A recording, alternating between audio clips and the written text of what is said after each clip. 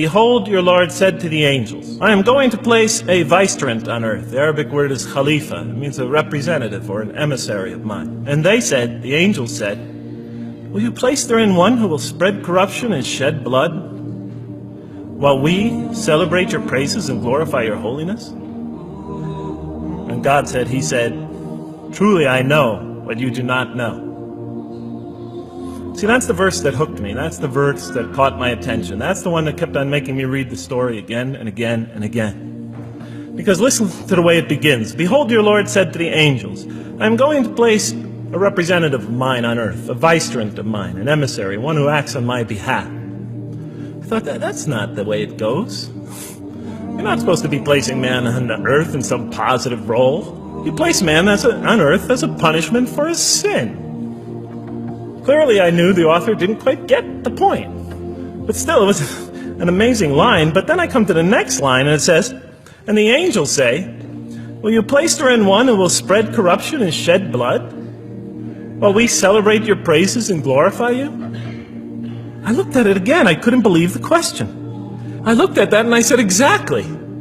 That would be my question. Why would you create this being, supposedly for some positive role, when he's capable of doing tremendous wrongdoing?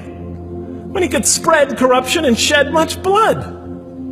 Why would you create this violent and pernicious creature when you could create angels?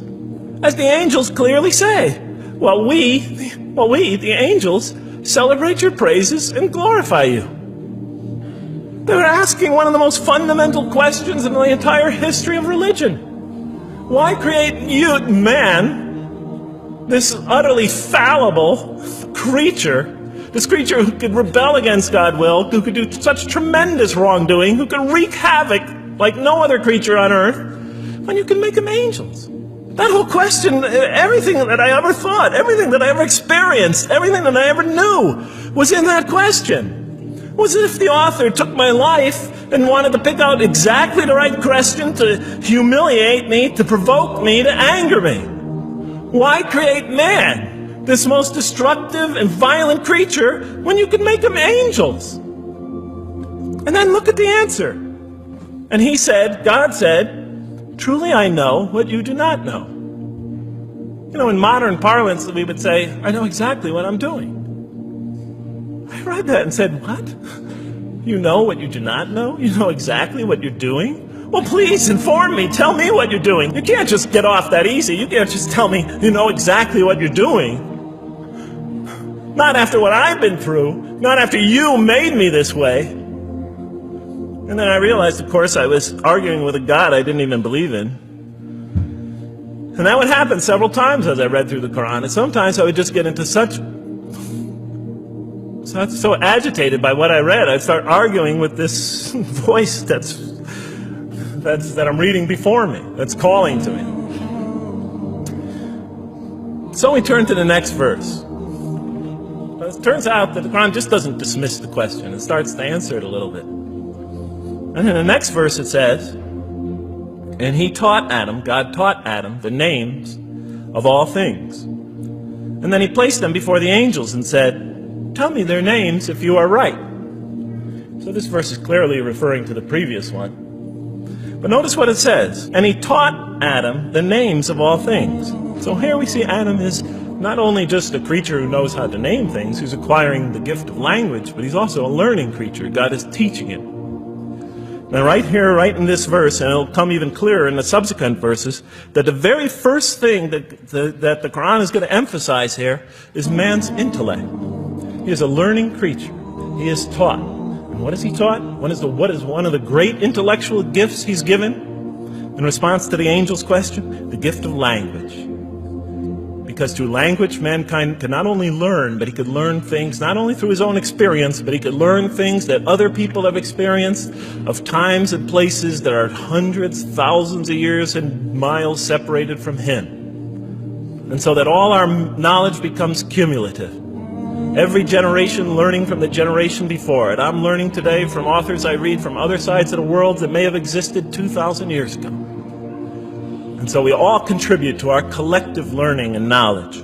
And so what I'll see later in the Quran, And the Quran will emphasize this again and again and again. Like in one verse it says, read in the name of your Lord who created a man out of a tiny creature that clings. Read, it commands the reader. For your Lord is most bountiful. Why is he most bountiful? What great gift did he give you? For he taught man the use of the pen, and through it taught him what he otherwise could not know. And he taught Adam the names of all things. And then he placed them before the angels and said, tell me their names if you are right.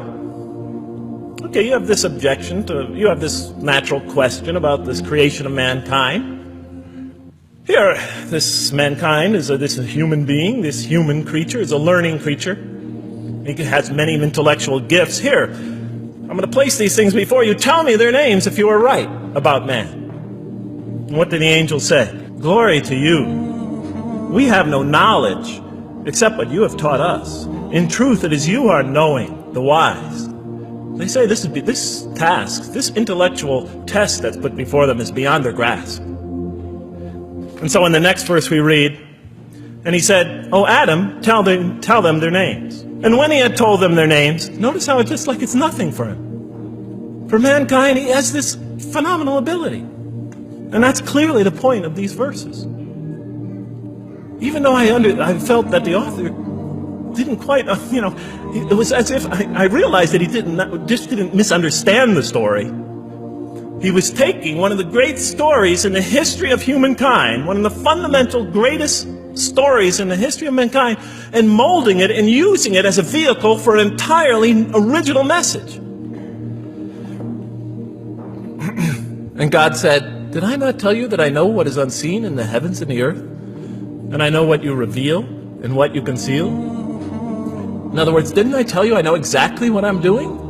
I looked at that. What question what did they reveal and what did they conceal? Why are you all looking at me like that? It's starting to scare me. You're all looking very serious. Am I losing you? Wow. Okay. So, they revealed the sinister and evil propensities of man. But what did their question conceal? And all you have to do is think about it for a minute. Human beings, yes, they could do evil. Yes, they could do wrong. Yes, they could create misery. But they could also do exactly the opposite. They could choose to do evil. They could choose to do tremendous good. They could choose to do tremendous violence. They could choose to show tremendous compassion. They could choose to live by falsehood. They could choose to live by the greatest truths. So we go on to the next verse. And behold, we said to the angels, bow down to Adam, and they bowed down. But not so Iblis.